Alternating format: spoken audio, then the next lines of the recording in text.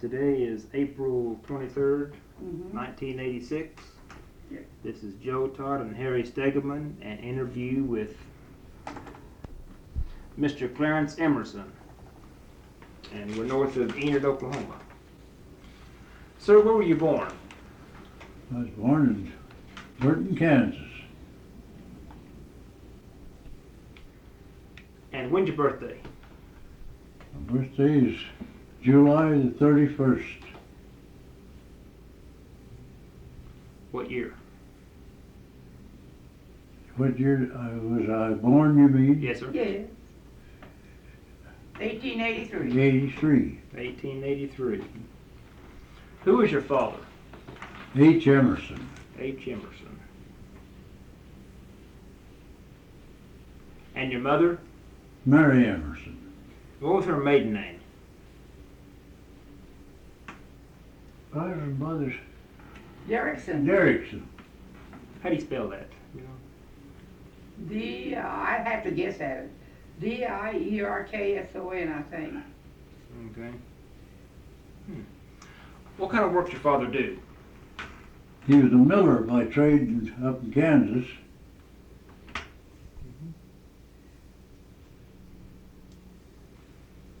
Okay, and he worked in the mill there at Burton?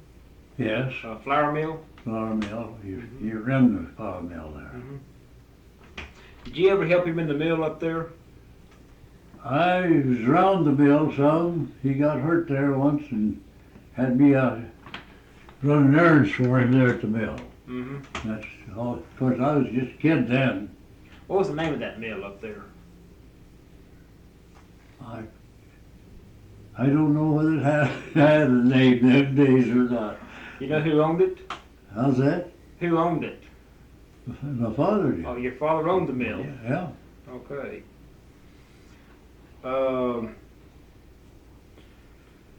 Did he mainly, I guess he ground wheat into flour. That's right. Okay, did he do this on a percentage or was he paid outright in money? Well, you asked me a question I don't know. I was just a kid then, you Yeah. see. And that's a business deal, and I didn't know nothing about business then. Yeah. Do you have a farm up there too? No, No? No. Okay. lived in town. I never had a farm till we got a hold of this one. What made your father decide to come to Oklahoma? Well, he thought it was a new country, it was a good place to start over new again, I guess. I think it was to get a piece of land. He wanted a piece of land. He had a bunch of kids and he wanted to get us out in the country, some of us. So, do you remember the trip to Oklahoma? How's that? Do you remember the trip to Oklahoma? Oh yes, I come down here on a train. Come to North Enid on a train, then we went from North Enid to Enid in a wagon. Yeah. Trains didn't stop at Enid. Yeah. How far was North Enid from Enid in those days? Oh, it was about 2 miles. About 3 miles. About 2 or 3 Maybe miles. 3. 2.5, 3 miles. Yeah.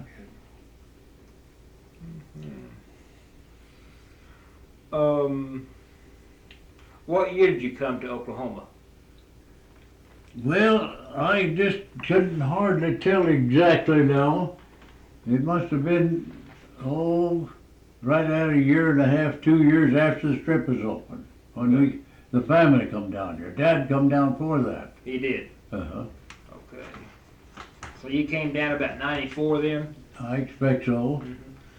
Did he ever tell you about making the run? Oh, yes. What did he say about that? Well, he was running from Honeywell, Kansas, and there was a guy who had a good team, and he brought 3 other guys with him from Honeywell, Kansas down into Oklahoma. And that guy knew that whole country up there, and he was going to have them all each on an open quarter for $100 apiece. He landed all 3 of them on school land and landed himself on an open quarter. He run corner ways. He knew the whole country and everybody's excited. It was just a mess, I guess, from what he said. And he didn't want a school land, because you couldn't farm that them days. You could cut hay off of it or pastures. That's what, you couldn't plow fur on it. You could fence it and make hay off of it or pastures. But he didn't want that. So he got on a train and come down here and run across a young fella down here that staked this farm, and he wasn't old enough to file on it. And he gave him $100 for this place. Was it a quarter section? Quarter section. Short quarter. It's not a full quarter. Why is it a short quarter? It's on the, maybe you can explain that. It's on the correction line. Well, It's on the correction line. where the sections, where they're survey. Yeah, there's a That's what correction came line. in. Every so often, there's a jump off up Yeah. there, you see? Yeah. Okay. And you have to straighten that out on account of the Yeah, road a around. correction. So how many acres did you That's have? 148 acres. 148. Where was the school land that he first landed on? It's up there in northern part of the state somewhere, I wouldn't know. Up there by Honeywell, Kansas. Did he come down by wagon? No, he come down on a train. He came on the train also? Mhm. Okay.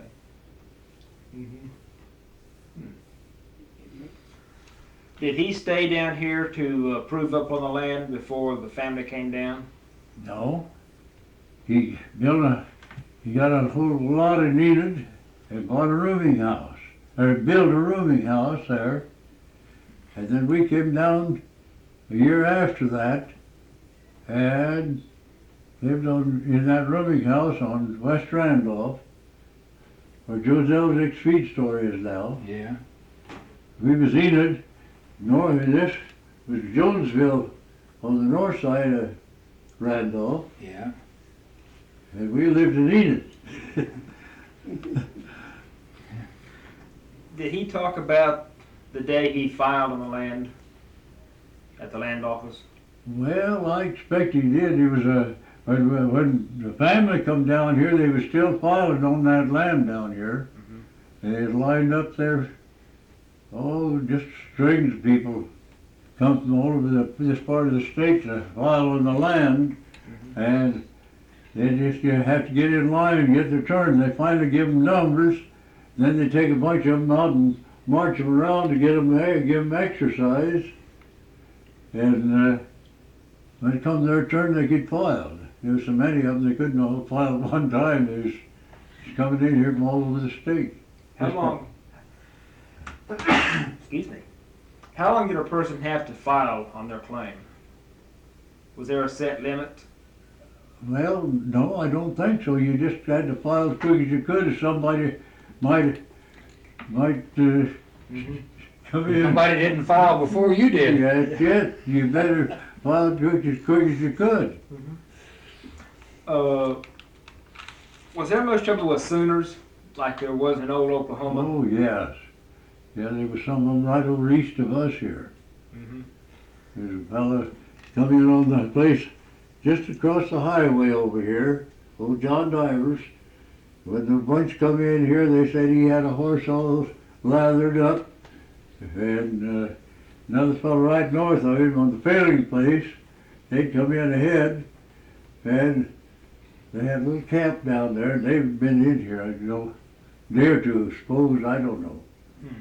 We don't know how long they've been here. Were most of them arrested and kicked out, or were they able to keep their claims? They just kept them. They couldn't arrest all of them, there's too many of them.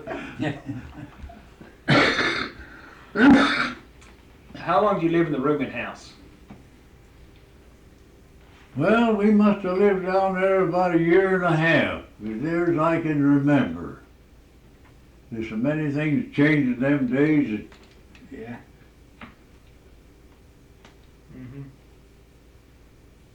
Did your father, did he run the rooming house? yes. How many rooms did it have in it? Well, they had a two-story house, and we lived down below, and they had rooms upstairs. Now, I couldn't tell you just how many. And they had a pretty good-sized office room, and it didn't take long to fill up the house with roomers because back far there wasn't no place to stay. A lot of people slept out on the streets and anywhere. Wagons anywhere they could lay down. And Mother had some rag carpets she made up in Kansas, and she put them on the floor there in the office building, and they charged them 25 cents to lay down there and go to sleep. Then Father and his partner, he had a fellow working for him, we called him his partner, they'd watch them guys all night, keep somebody from stealing the other fellow's clothes. Yeah. What was your father's partner's name? Well, he wasn't really a partner, he was a guy, a young fellow that come from Kansas up there, come down here and just stayed with the folks there. What was his name? Jim Parvin. Clarence, he was part owner. I heard No, mother. he wasn't. All right, you're doing it. How much did your father rent the rooms out for? That's a question I couldn't answer you. How many people were in Enid in those days? Well, there was lots of people there. There's lots of them didn't have homes. They were just coming in. There's people everywhere. They come in here to file on the land, you know. And gee, there's just people everywhere. I wouldn't have any idea how many was there. Where'd they all take their meals, all these people? What'd they do? Yeah. What'd they eat? Well, there's some restaurants there, and then some people had wagons in there, and they camped out. A lot of them did. Did many of those people live in tents until the... Lots of them, they lived in tents for quite a while, some of them for 2 or 3 years. Yes. How long before they started building the square downtown, the buildings in the square? Well, it wasn't too long before they went to build some shacks around the square there. They were just shacks. There was no buildings to mount anything for, maybe a year.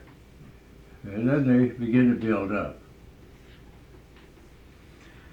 You said your father first landed on school land. How did they designate what area is going to be school land, and how much school land was there? In every township, 16 and 36 sections of school land. In every township. I'm right on that, ain't I? Yeah. That's what I thought. 2 sections in every township for school land.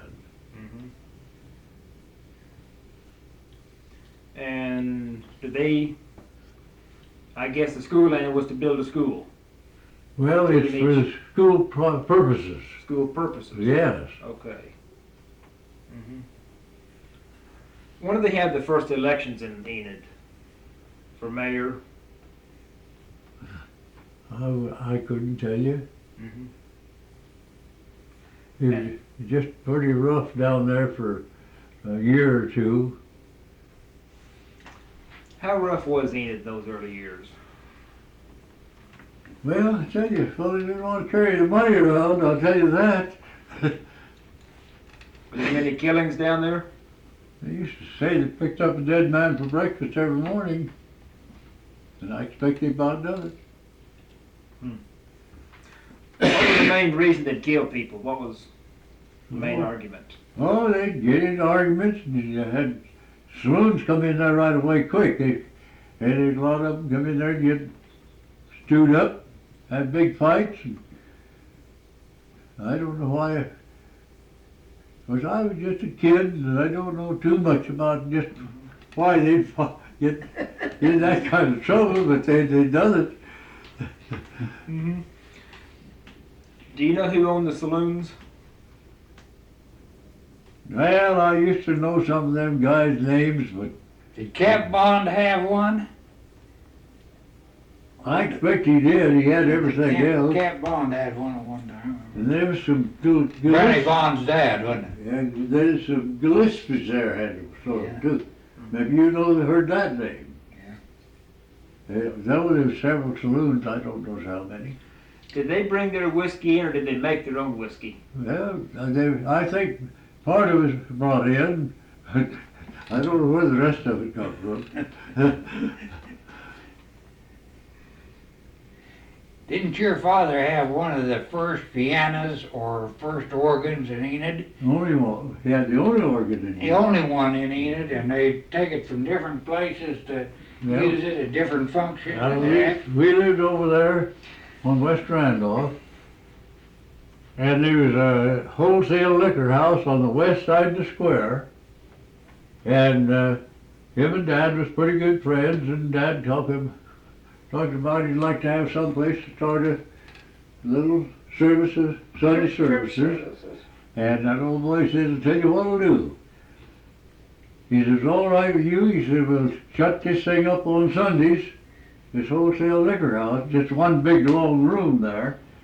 And we'll get some planks and put them on these beer kegs and on these liquor boxes. And we'll have, Dad says, well, if that's all right. Now this organ was just a small organ. Them days he wasn't no big stuff, you know, them days. And so Dad says, well, I'll tell you what we'll do. He says, we got that little organ over there, and my oldest daughter plays the organ, we'll bring that over. And he says, that's just fine. So the boys come over and carry that organ over there. They'd have their meetings, pick up the organ, take it back home again. And that was the only organ they needed. Was that the first church in Enid? I guess it was the first church that they had It in was in Enid. the wholesale liquor store. Yeah, that's right. What was the name of the wholesale store? Do you remember? I wouldn't have any idea anymore. Remember what the address of the rooming house was? You know where 300 block, you said on West Main? No, it's on Randolph. Randolph. It's the first house. It's in it'd be on we could find it in the telephone directory, I guess. Yeah. Was the first block west of the square. Yeah, On the north or south side of Randolph Street. on the north side. You know, we went to On see the that south little- side, yeah. South side of Randolph. Yeah, yeah, Right there. Okay. So it's just a block or two off the square then? yeah. It's in the first block west of the square. Were the streets named at that time? Yes, part of them was. I don't think there's very many of them though, because they don't know where they was at hardly. There was a Randolph named Randolph back then? Well, I suppose it would. Now, I wouldn't swear to that.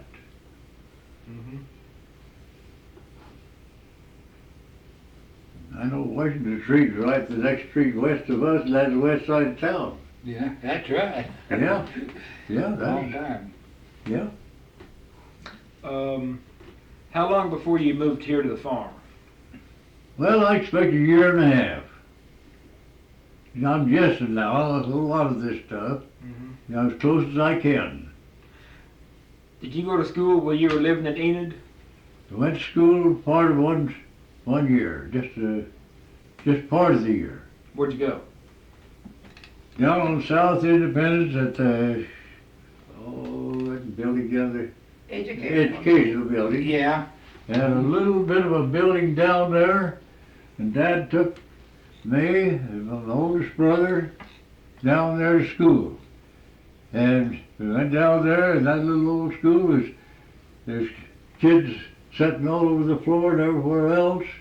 And we went down there, and this teacher said, well, we'll try to make room for you. Every kid in town has those schools, I know of them.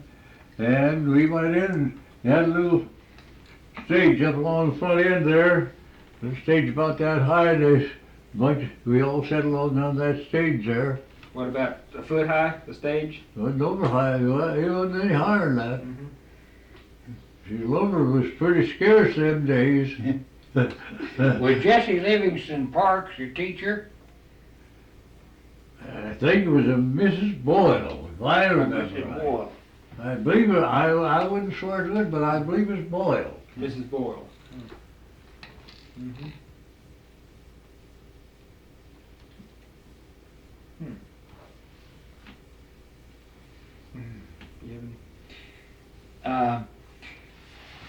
your father was Harlan Emerson, wasn't he? That's right. Harlan. Well, wasn't he on the State Board of Agriculture at one time? I think he was. I think I seen a picture of him when he was on the State Board of Agriculture Well, he could have been, I know. years ago. Yeah, And also he was real interested in fruit and trees and That's right. all kind of Yeah. that's when you really got started with this farm, didn't that's right. That's for sure. he? This was This is the Emerson Fruit Farm, wasn't it? That's right. That's right. Where do you get the fruit trees? Sent off to Stark Brothers. Stark Brothers Nursery. Where's that? Missouri. I was gonna say I Kansas think, and wasn't it? Missouri. Kansas and Missouri won. Yeah, Kansas, either Kansas. What kind did he have shipped down? What kind of fruit trees? He had every kind you could think of. He had apples, pears, peaches, cherries, plums, Apricots. grapes, apricots, crab apples, Had a blackberry patch. had blackberry patch. Well, we had, I guess, 40, 50 acres in fruit. Your father and Mr. Lopeman, they kind of Yeah. worked together. Yeah. He was This kind of goes back, Joe, when we lived on the Lopeman farm when I was a kid. That's where I knew Mr. and Ms. Emerson a long years ago. And he had a fruit farm there too. Yeah, And kind of Kinda like Mr. Emerson. nursery. Yeah, in a nursery. yeah, he had a nursery. And we lived on that, and when I was a kid, we sold fruit. When 81 was a dirt road, I had a little fruit stand out there. You probably remember Yeah. that when I was just a kid.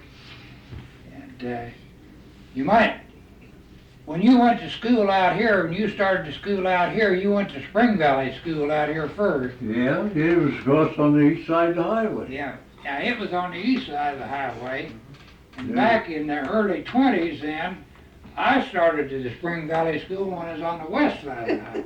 Yeah, that's right. Was it a one-room school when you were going? The school? Was what? The school up here on the highway, was it a one-room school? Oh, yeah. That's all they ever had for several years. How many grades in that one room? Is all the way from the kids that high to as high as you can get.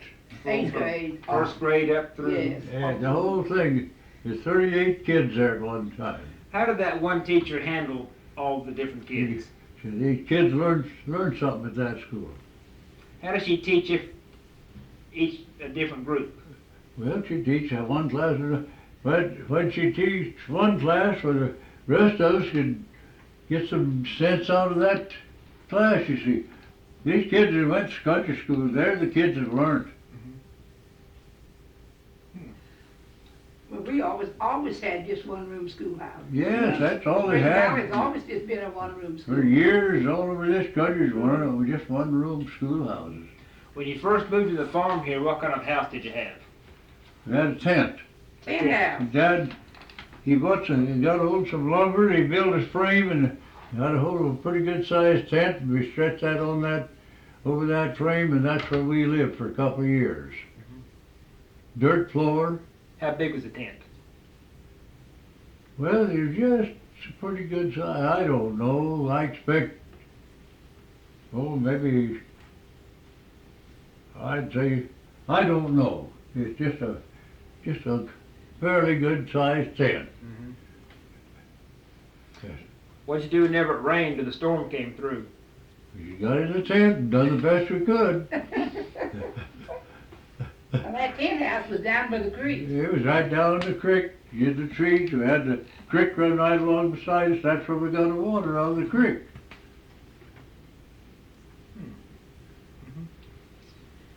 What'd your father do to prove up on the claim? Well, How do you prove up a claim? Well, you had to have so much he had broken ground. yeah, you had to have so much, we had some improvements, and you had to have some neighbors that swear that you was there, done this and all that, you know. You have a dug well or a drilled well? Oh, they just got water out of the creek Just for quite a water out of while. the creek. Yeah, Mm-hmm. yeah. Yeah, it's good spring water. It was nice, clear water them days. There was no ground plowed or anything, you know, and the water just, it rained. That creek was just as pure as just good water as you ever wanted to drink. The old springs up the creek there. But one time we sat there and heard some guy coming down through the brush and down through the creek on a horse, just as hard as that horse could run, and he had whiskers all over his face. Pretty rough looking old boy. He run up there and stopped, and we was all scared to death. Mom, she got began to get us kids in the tent. And I says, I'm all right. He says, I ain't gonna hurt nobody. He says, I'm camped up here and I had a horse bit of a rattlesnake. I'd like to get a little cola. If I can get a little cola, I'd save my horse. Yeah. Well, everybody had a little gallon can of Yeah, cola. a little with gallon can of it. Yeah, with a potato stuck on the spout of it to keep from running out. And that had, maybe half full, something like that. And she had one of those kids run in and get it, and give that guy. He said, I'll be back. The way he went up that creek. Next day he come in. He'd been to North Enid, got some coal oil, you had a shave, and he's a pretty decent looking guy. He's just a fine old boy. He says, save my horse. Coal oil will kill a rattlesnake's life, but a lot of people don't know that. Yeah. Hmm. Just such things that happens, you know. What kind of stove did your mother cook on in that tent? Wood stove. Wood stove? Everybody had, that's what Little monkey stove or what? yeah, I think you just had a little small stove there in that tent. Mm-hmm. When did your father begin building the house? Oh, it was a couple of years after that. We dug a half, up on the side of the hill, he dug a half dugout and framed up over that. That's where we lived for a couple of years. How big was that dugout? Oh, it was, I expect, 20, 25 foot long and 12 foot wide. Did you have the walls covered in the dugout, or were they just bare dirt? No, we had the walls covered. What'd you cover them with? We got lumber. And kind of, sometimes when it get pretty wet, we'd have a little spring in the house. I bet you did too. Tell me about some of the big storms you had when you were living in the tent in the dugout. Well, we used to have them lightning storms and wind storms. Boy, it sure popped. But when we was in that dugout, we was all right. But down in that tent, it could have done anything to us. Ever had the tent blow away? Well, it never did, but we was down behind the bank, down in the creek there at the bottom, and had a good place, and there's trees around us. We was in pretty good shape. We never had any trouble down there. What kind of trees were along the creek that time? Cottonwood, and elm, and willow. Where'd your father get the lumber? Well, he got that down North Enid. So there's a sawmill in North Enid then? No, they shipped in. Shipped in? Uh-huh. Okay.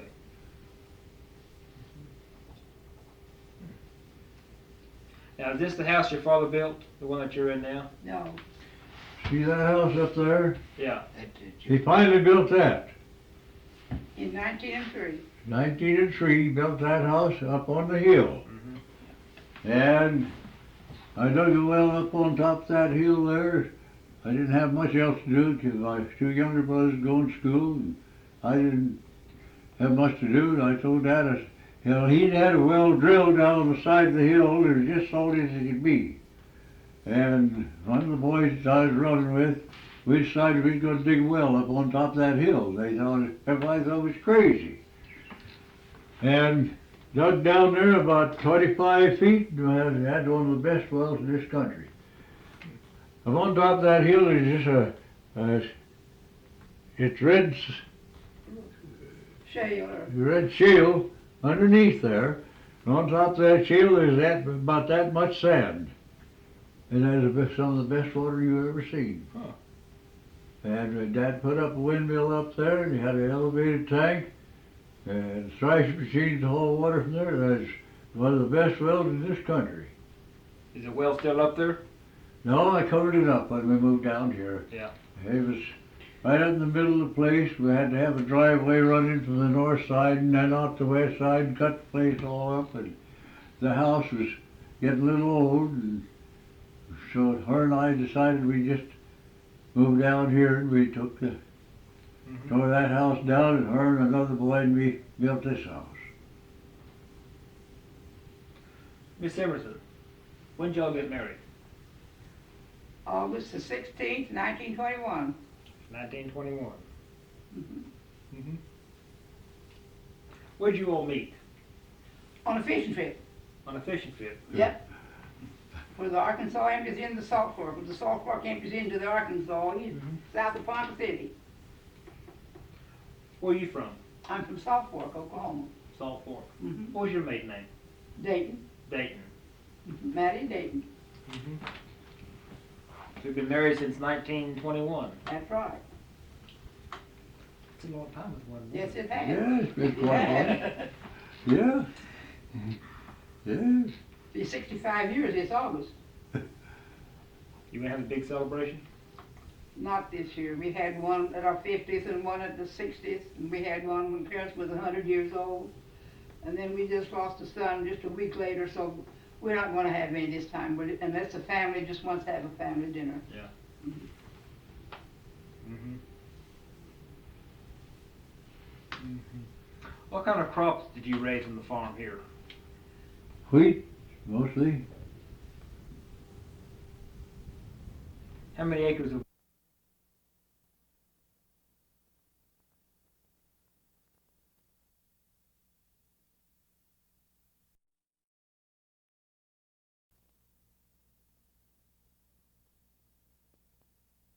About 3 or 4. Wasn't that about right? Right. That's probably about right. You and that, well, you would get right many, I'll tell you. Did you plow with horses or mules? Horses. Horses. I never did own a mule. Mm-hmm. I found the horses till we went to getting tractors, and I got a tractor. What breed of horses did you have? Oh, just common old horses. Just horses. Just whatever you could get a hold of, buy, and Mm-hmm. Did you have a wheat drill or did you broadcast your wheat? oh yes, everybody, yeah, drill, wheat drill, yes. Mm-hmm. Tell me about wheat harvest. Well, we'd bind our wheat, jock it, then get a thrashing machine in here and thrash it. Who owned the thrashing machine? Well, that, Who was that guy you worked for up here? Pete Hess, Hess has had one. Yes, yes, but that guy before that you oh, worked that was, that you worked Lumen, Bob Lumen. Did he have the only thrashing machine in the area? That Bob Lumen, when he had a thrashing machine, he had the only one in this part of the country for several years. How many men on the harvest crew? Well, about 25 or 30 when you had to cook for him. Did you cook for him? Well, yeah, you know, had to for a while. He came to your place, he cooked Yeah. for What kind of meals did you cook for the? What kind of meals did you cook for the harvest crew? Well, you'd fry about 5 or 6 chickens, and you'd fix about a peck of potatoes and a half a bushel of green beans, and there's no end to it. Now, did you have a cook shack or did you cook in the house? No, I cooked in the house. Mm-hmm. For a long while, they cooked in the house, and then they went to get in the cook shacks. And then did they have their own cooks with them then at that Yeah. time? Oh, yeah. Uh-huh. When they had it, and they had their cook shack, they had their own. When did they start bringing their own cooks with them with a cook shack? What year? Well, you know, Clarence, I cooked for several guys, or when we thrashed, when we first married. Yeah, And then I think when Bill Hess and Pete got theirs, yeah, they got. they had their cook shacks. Mhm. And that must have been 5 or 6 years after we've married one. Now, Pete had his before we married, Yeah, because him and Leela was up home. yeah, that's right. Yeah, they had a cook shack then, I can remember Yeah, that then, when they yeah. had a cook shack, Yeah. yeah. And we married in 21, so. That was before back in that- probably about 25 or somewhere, so 24. Before that, we married in 21, so it must have been all 18 or 19, that Pete and Leo had theirs, cook shack, and Bill had one for Pete did. Yeah. Yeah. Because, you know, I used to run their engines. Yeah. Steam engines. yeah, I've done everything around the thrash machine but cook. What do you like best about wheat harvest? Huh? What's the job you like the best on wheat I harvest? like to run the engine. What job you like least? Pitching wheat. I think he liked best when it was over with. On a real hot day, and it's long towards evening, and everybody was real tired, and somebody would accidentally throw a pitchfork to the machine. Yeah, that'll stop it too now until you tear up that cylinder. Or someone would bring out a fresh can of water, Yeah. and that helped a lot. Why does the wheat have to go through a sweat? Well, I don't know as it does. Yes, it did now, when you cut with a binder, Oh, well, and it had to mature. They yeah, always cut it a little bit green, yeah, so it wouldn't shatter. And when you chopped it, then it had to mature. but Until it completely cured out. Yes, yes. when you combine it, just go out there and cut it. Yeah. That's the combine though. Of course, you wait later to combine, you wait to, You cure When it you out took- yourself. yeah. How long did wheat harvest last? Well, Early, it lasted pretty long. yeah, in the early days when we had to haul that stuff in and thrash it, but you take it nowadays, one man can go out here and harvest 2 or 3 sections of land In by 3 himself, days. and have a truck driver to haul the wheat off. Now that's the combine again, isn't it? Yeah, Yeah. yeah.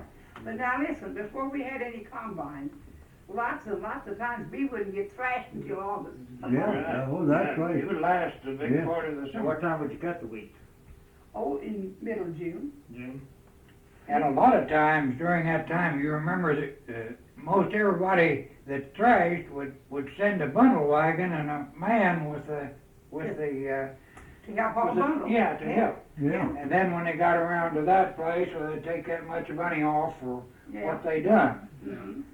for the amount of days that they had worked. then they got so you couldn't get the farmers to help, they have to hire help. Now a lot of them boys come down here from Dakota to haul wheat, haul That's bundles. right.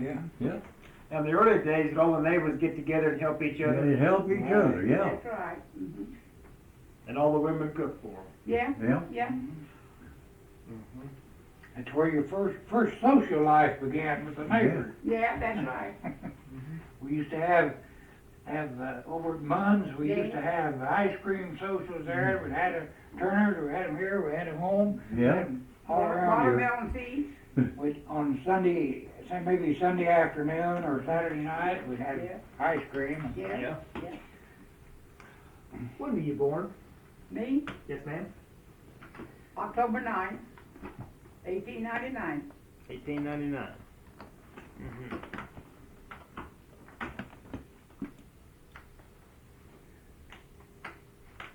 And where were you born?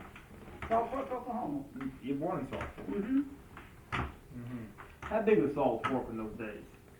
It was a pretty nice little town. It had 3 or 4 grocery stores. It had a blacksmith shop and a bank and a barber shop, telephone office, a post office. It was a pretty nice little town. And a saloon, Yes, had a saloon everybody had and that. had a lumber yard Yeah, and had a hardware store.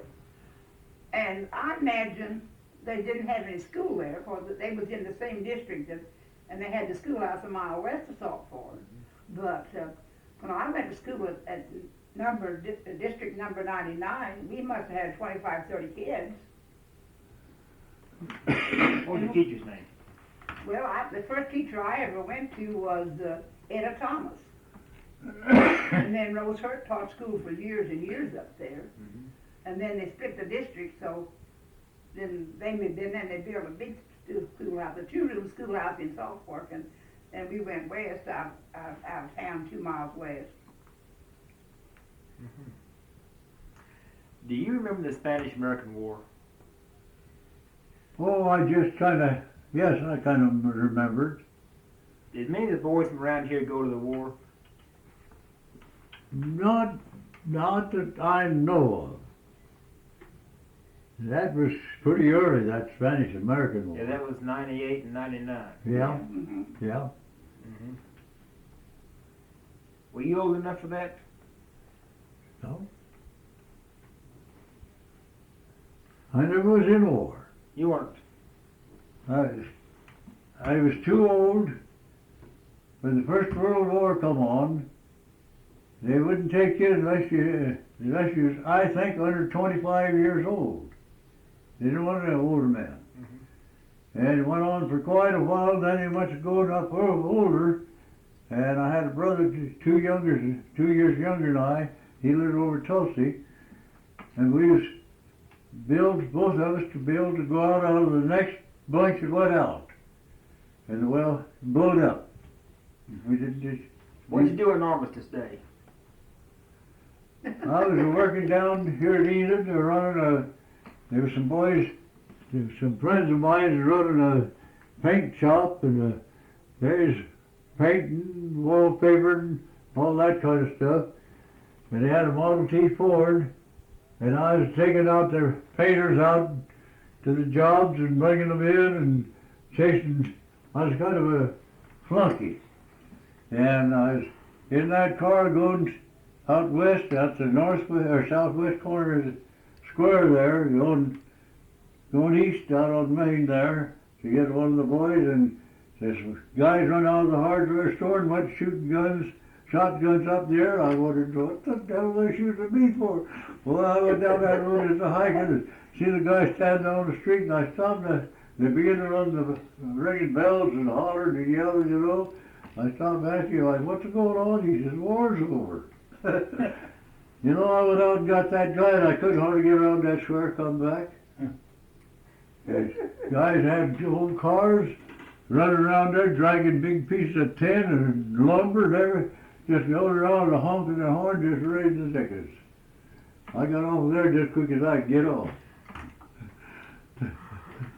It was nice anyhow, I know it was over. Did you do any work for the war effort? You know, some of the women knitted and Yes, packed we things. sewed for Red Cross. What'd you sew? We made gowns. And they just had to be just made just so, you know, couldn't have no buttonholes or buttons. They all had to have tight straps and everything. They had to have a pocket. Now, what are these gowns used for? They was used for wounded, I suppose, in the hospitals or wherever they needed them. Mm-hmm. We met once a week up home. I just met down Saltwork in a hall, and all the ladies' aid and all the girls that was old enough to go to sew wasn't going to school. Why? That's what we did. What'd you all do on Armistice Day? We was home. I had a brother over there, so I'd stick on to death if it was over with. Let me back up. Ask you about statehood day. 1907, when Oklahoma became a state. What'd you do that day? Well, sir, they celebrated all over this country. They ought to have. Yes, sir. Now, Did you celebrate with them? Well, I hope bunch of everybody's out and tearing around, doing a little everything. I gotta ask one question. I understand all the saloons were closed to statehood day. Prohibition came in with statehood, Well, and all the saloons closed. they could have done it. I just don't remember that. I was gonna ask, what did they do with all the whiskey? that's what I'd like to know. Because listen, a lot of people had it. Yeah. A lot of people had They, it. did, they didn't throw it away. A lot of people had it. Kinda happens that same way today. Yeah. Were there many bootleggers and moonshiners in Enid after statehood? It was everywhere, yes. There were several of them right out in this part of the country. Who was the biggest one, if I can ask? Old man Pope. Old man folks right. You remember him, Harry? Yeah. Right over here in this house. He's over here? Yeah, he lives right here north of us. I can tell a little story about that. Oh, yes, old man folks. One time, I and my cousin on a Saturday night, we came over to Pope's and gonna get something to drink, you know. Yeah. And we both had our suits on, you know, dark suits, and we went to the door, and boy, cars started going out across the field. Car went out across the field, and a lady come down and said, I don't know nothing, I don't know nothing. Yeah, he thought he was God, didn't he? They thought we was police. Yeah. Come on for My cousin says, well, I'm glad you admit it, lady. We went on. You know, Did he make his own whiskey or? Did he- Well, he I made, think so, and I he think they made- bought in a lot. and he had a son that called Milk. Yeah. And that son would come up there with a truck, milk cans on it, he'd get right on behind the house. Of course, we lived on the hill, we couldn't see down here, there's orchards down here. You know, not ever so often that son would come around through here, go up behind the house. Well, I bet he had them milk cans full of booze, bottles. Is that how he delivered his booze? No, the bootleggers, now he just sold it over here. Yeah. The bootleggers would come out here and pick it up and haul it back to town. We lived up on the hill, and you could see this car come in from the west road, come around, go in there, and they'd go out this way. After a while, they'd come back this way and back around and go out some other road. Yeah. Jim Bray, he was deputy sheriff, you know, and Jim called me up one day and he said, Shorty, come down, I want to talk to you. I couldn't figure out what he was as deputy sheriff. It wasn't me. I hadn't been out and stealed anything. Went down there, he took me in the little office there, and he said, Shorty, says, how often do them guys come out there? Well, I said, tell you, Jim, you come out there and come to my house and just visit me, I'll tell you a whole lot. I said, I ain't gonna do that, I might get you in trouble. Well, that Jim knew they were the penny. Yeah. Yeah, he says, well, I set up that corner, up here, northwest corner there, one night up away from the corner, put her all night, nobody come. I said, they don't come at night, they come daytime. I'll bet I see that car go in there 4 or 5 times in one day. I sat with Mason Hart one time and watched him like that. He tried to do the same thing, huh? What about the Depression and Bank Panic of 1907? Remember that? Now, what did you say? The Depression and the Bank Panic of 1907? It was pretty doggone tough around here, I'll tell you. Did the banks close in that year? In 7? I don't remember. I don't know. I wasn't too old then. I don't think the banks closed too much till 30s, did they? When they had the depression and so many banks closed. I think that's when they had the bank closed here, and Yeah. everybody had a little money in that bank down there and lost it. We had a little there, Dad had a little, and Uncle had some. Yeah. that I know Was there a depression after the war? 1918, 1920? Oh, yeah. of. Yeah. In 1929 and 30. No, this is right after World War I, in Mhm. 1819. Yeah. Okay. Yeah, it was hard, it was tough, everybody. Yeah. There wasn't no jobs. Yeah. Parents worked for on AAA, Yeah. for $1 a day. I worked for $1 a day for several days. And we'd have starved to death if we hadn't had our cattle, our cows, our milk and cheese and butter and stuff. You lived off the farm. Yeah. You had to. And we used a lot of rabbits. We cooked a lot of rabbits. Rabbits, We a did lot of that meat, too. then. Yeah. And we was fortunate. We had a little dab of fruit to sell along on this farm, see? And then parents was cutting wood down there in the creek and selling that. And a lot of people didn't have anything No. to bring in $1. No. I People saw, on a farm were better off than most people. Yes. That's when they had the soup lines. Yeah. I was going to ask, were there many soup lines here? Yes, Yeah, definitely you were. Where were they? They were on South Grand in Enid where they distributed the soup. Mhm. And they brought cattle in here. They bought cattle, poor cattle. People they just couldn't, no feed. No feed. Dry.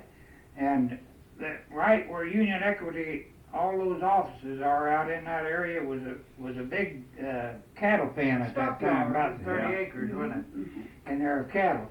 And they had a cannery here the government set up canneries, and they butchered those cattle and canned them, and they gave the people this meat, and they also used it in these soup lines. And now the soup lines, were they in a church or what? No, the county had a distribution center there. Big buildings. Yeah. Was it the county building then? Yes, Must have been. I it don't was know. right. It was right east of where the convention hall is Somewhere now. down in there. Right in there.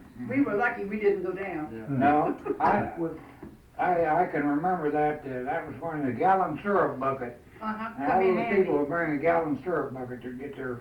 Soup in. What kind of soup was it? Or, What kind of soup was it?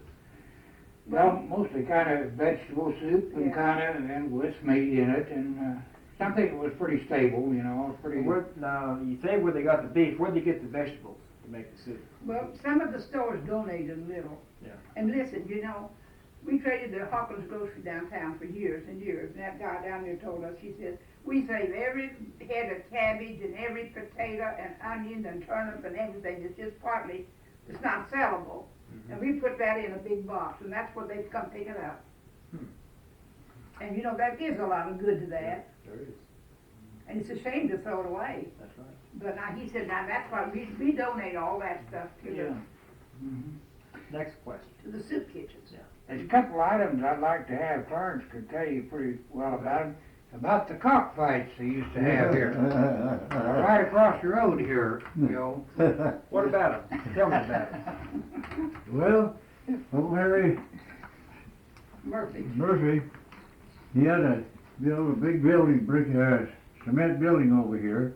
They used to have cockfights over there. Well, I lived up on the hill there, before we tore that big house down up on the hill. And he wanted some dirt work done down there, and I had a good team. I went down there and done his work for him. And he's a pretty good old boy. He lives right here east of me, you know. And by golly, when I got that thing done, why, he gave me a ticket, season ticket, with fights. And by golly, they had them down there, and They First- fight on Saturday night and Sunday. yeah. First they just have them over on Saturday night. Yeah. Then they got to run them, I don't know, for night and Sunday. Couldn't tell how long they're going to run them. I'd get down there to cockfights, and he's a bootlegger, old Harry was, you know that. And they had a little building in there for lunch counter, and she run the lunch counter. And one night, old Harry, he had a guy down there looking after things, and old Friday, I just heard Friday, that's all I know. what is his name? Anyhow, he looked after the rough crowd. Yeah. And I went down there one night, and old Friday hollered at me. He was up on the seat. He says, "Come here, I want to talk to you." I went up there, and he says, "What do you know?" He says, "Harry's paying me to keep the booze out of here, and his wife sells it over the counter."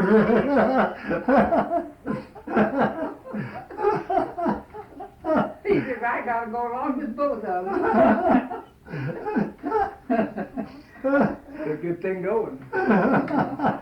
In the 1920s, were there many flappers in Enid? I don't know that. I imagine there was. Oh, there's everywhere. Yeah. What is a flapper? I don't know. We didn't participate. I've heard about the girls that bobbed their hair and wore the short dresses. I wouldn't be there.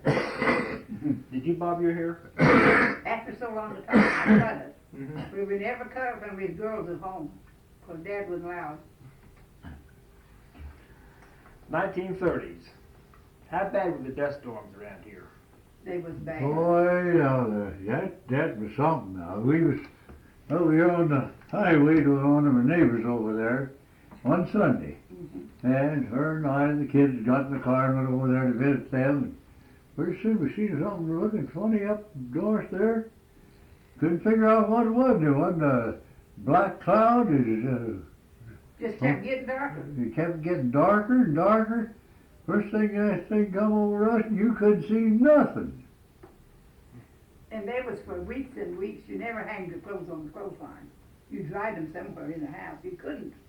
And if you did, they just smelled like dust. That's right. It just sift through. Yeah. How do you keep the dust out of the house? You didn't. You didn't keep it out. I liked we shut ours up just tight as we could and pulled the blinds down and we Sometimes you'd put a quilt or something up at the windows to where it was blowing from, but it helped some. Yeah. And sometimes we'd wet a sheet and hang it up there. Mhm, a You sheet, could just yeah. see where that dirt just sifted Yeah. in right around the windows and all. What is dust pneumonia? I would know. I've heard of people, especially out in the panhandle, were dying of dust pneumonia. Yeah. Oh, gosh, they had it I out bet there. Yeah, and hail enough. We didn't have dust. You couldn't breathe any fresh air. You had to breathe dust. That's all there was to it. You had much trouble with your livestock and those dust storms? Well, we didn't, but then a lot of people might have had, you know. There was a lot more grass and timber in this area than further west. Yeah. What caused those dust storms? Well, they just kept plowing that ground up out there, and it got so dry, and we had so much dry weather that then the big wind come up and it just raised it right up. That dust went clear to Chicago, I guess. They said it just took the dirt off the ground just as far deep as it was plowed. Deep as it ever been worked, it just rose all the way. It was bad enough here, it wasn't half bad as it was out there. No. Western Kansas and Oklahoma. What finally ended those dust storms? Sir, What finally ended the dust storms? Well, That rain. I got some rain. I like to let you read my poem. We must have gotten some rain. Clarence, I've got another little story I'd like to have you tell about Harry Murphy. What happened to him and his brothers, two brothers. Oh, they lived right over here in the house right here. Right He's down the one on the that had side of this hill, just to the other side of my kid's house, there's a hill down there. There's a little house there, and that's where they lived.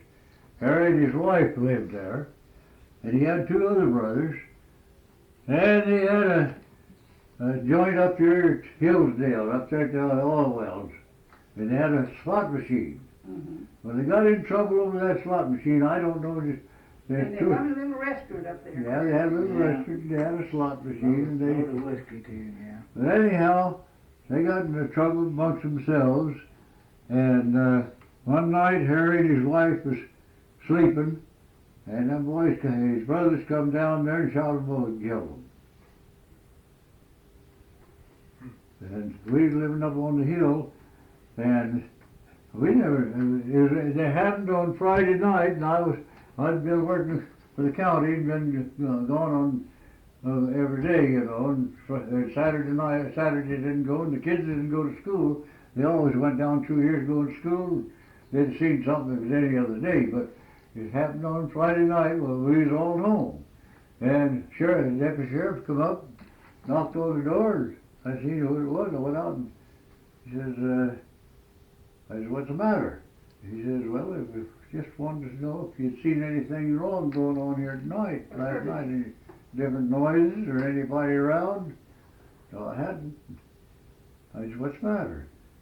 He says, your neighbor down here, him and his wife both killed last night. I said, what are you talking about? Yeah, he said, Harry and his wife both dead. And I told Mattie, I says, well, now they'd be calling the phone. That phone would be ringing, people want to know what's going on. They know it's out here somewhere. And I looked out, and there was cars all around here. And here we was within a quarter mile of it, didn't know anything about it. We hadn't been out, just visiting home, taking life easy that morning. I told her I'm going to go down there, and I just run down across the field and went down there. They was going to let me come in. I said, well, yes, you are. Well, Harry's a neighbor of mine. I'm a neighbor right here. I'm coming in. Who did it? Who killed them? His brothers. The two brothers, His brother. Roy and Bill Mhm. Murphy. And so they'd take her away before I got down there, and I helped them get Harry out of the house, the little old house there. Had to come out one door and around the other. It's kind of a mean place, and I helped them load Harry up. And they said that Well, it come out on the radio that there was a double killing, a half a mile west of Chisholm, Village. of the Highway 81. Well, we're just a little over half a mile. And now we had lots of telephone calls. They'd say, "Are you still alive?" Yeah, They thought it was us. That's Yeah. what I had. I was working for George Failing over here at the time when they was building that spillway over there at that time. And I came up here that next morning, probably just after you took Harry out, and I saw it too. But after that, they came in the little door, and they were in a bedroom right there. And when they got up out of bed, they let them have it. Yeah. Shotgun. They shot Harry in the back. Yeah. 5 times. What was the reason?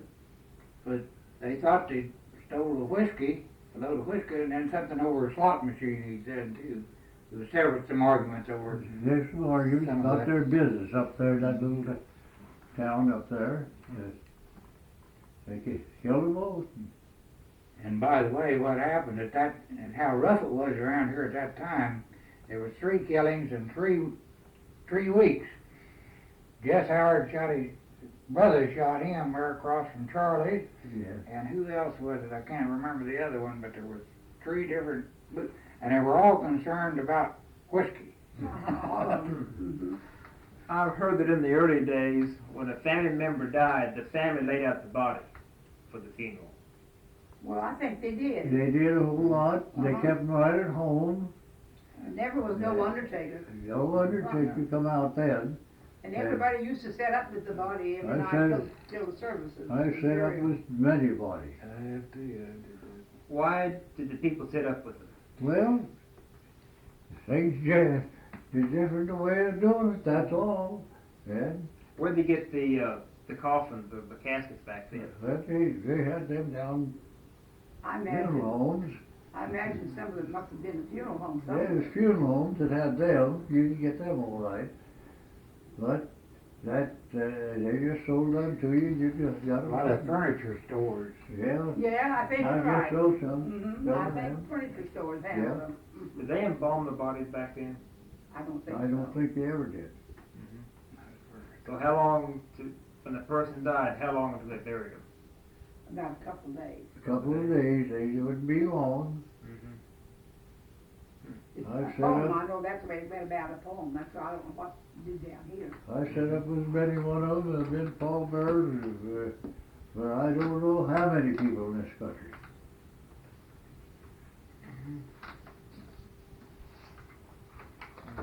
Yeah.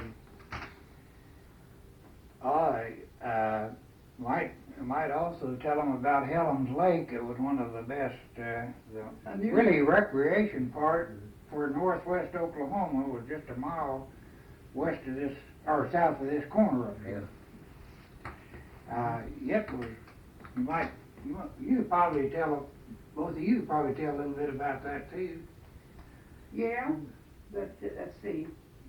They had a skating rink, they had a Yeah. dance hall, they had all kind of amusements. But it was called Helms Lake, and it was actually for northwest Oklahoma, it was the amusement place that they went to. There was one other place, they had Wild Horse Park out west of Enid. Yeah. We went to it one time, but after that was Helms Lake was just about it. And they had a, And that little Dr. train, Helms owned it. had a train over there, and that, we take the boys over there and put 1 or 2 of them on that train, I'd get on that Dodge outfit, get some guy, get in one of them cars, and I'd get in another, we'd run around there. First thing you know, we had them things all going. They'd all be dead when we got over there. Somebody just get there and start it. And every once in a while, the old boy'd call us up. They bring them boys over here, got to have them. We'd go over there and had a merry-go-round, and we just ride that in time we went to.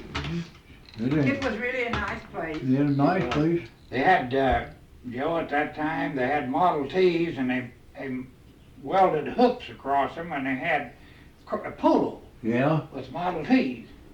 We played, Yeah, and instead of horse, you used Model Ts for polo. And they had that out here too. It's called Helms Lake? Helms Lake, Hellums. Oh, is there a lake out there? oh yeah. Oh, yes. There's 3 lakes. He was a dentist, Dr. Helms. Yeah.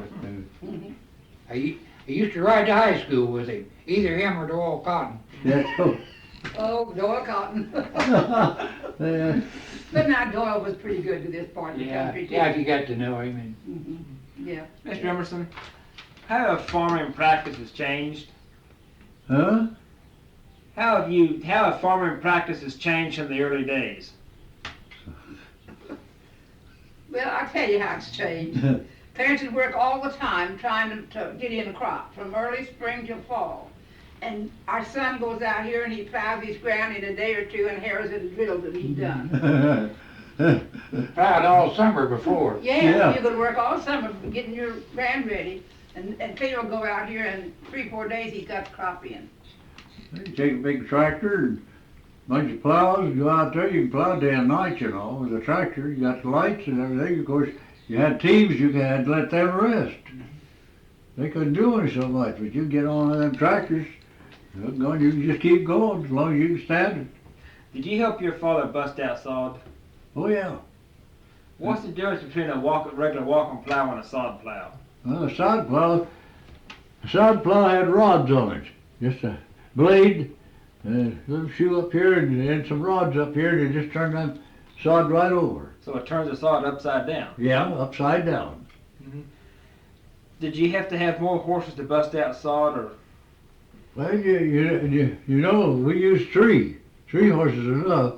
You only plowed about 12, 14-inch plow, one chair, you know, just one But little chair. sometimes at that it was pretty tough. Really, some of the stuff was tough as the dickens.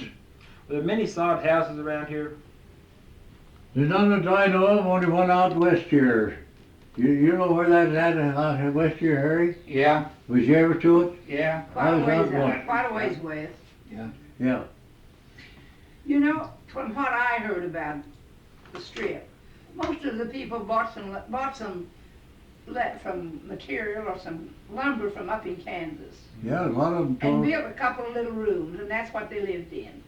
My folks did, Beaver's did, Yeah. Clarence's folks did after a while. Did your folks make the run? Sir? Did your folks make the run? Yes, Dad did. What was your father's name? Ed Dayton. Ed Datten. Mhm. Did he talk about the run? Oh, yeah. How did he make it? I think he made it in a spring wagon and 2 horses. Yeah.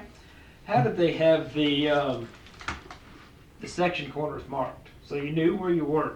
You had time to find them. There's all marked, the whole sections, in the center of the section and all the corners. But they was marked with a stone or There's something. a cornerstone, Yeah. Cornerstone, or sometimes big stone they'd put down. then sometimes you dig down there and you find some glass, something that wouldn't rot. Sometimes steel rod or something. Some of them is awful hard to find. Some of them I don't think you ever did find. I bet that's the A truth. lot of them. A lot of them you couldn't find them now, the way they changed the roads around.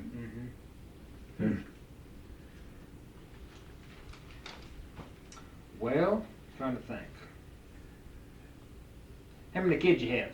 We have got 4 sons. 4 boys. I had 3 of them in the service at one time. And the other would have tried every way in the world to get in. They couldn't get in on account of his eyes. He had bad eyes. Were they in the Second World War? Yes. Where'd they serve? What area? 2 of them served in the Army and 1 in the Navy. Did you do any work for World War II? Not mounting things. He was married and had a family. Yeah. And I didn't only just, well, you might say, didn't do anything mounting thing. Only wrote letters. All the boys came home okay? All 3? All boys come home. Yep. Had one boy in the service for 23 years. A couple of years ago, they lived up in the state of Washington. How long has it been since that happened? It'll be 3 years this August. 3 years this August. They come down here for my birthday, and he just felt just fine. And him and my grandson and another couple went fishing, and he fell over dead. Heart attack. Never had a scratch on him from being in the war 23 years. And he just looked as healthy as he could be. Just one of those things. That morning he was running around here just feeling fine, and my grandson and him and this other couple went over here to a little lake, went fishing, and he just fell over dead.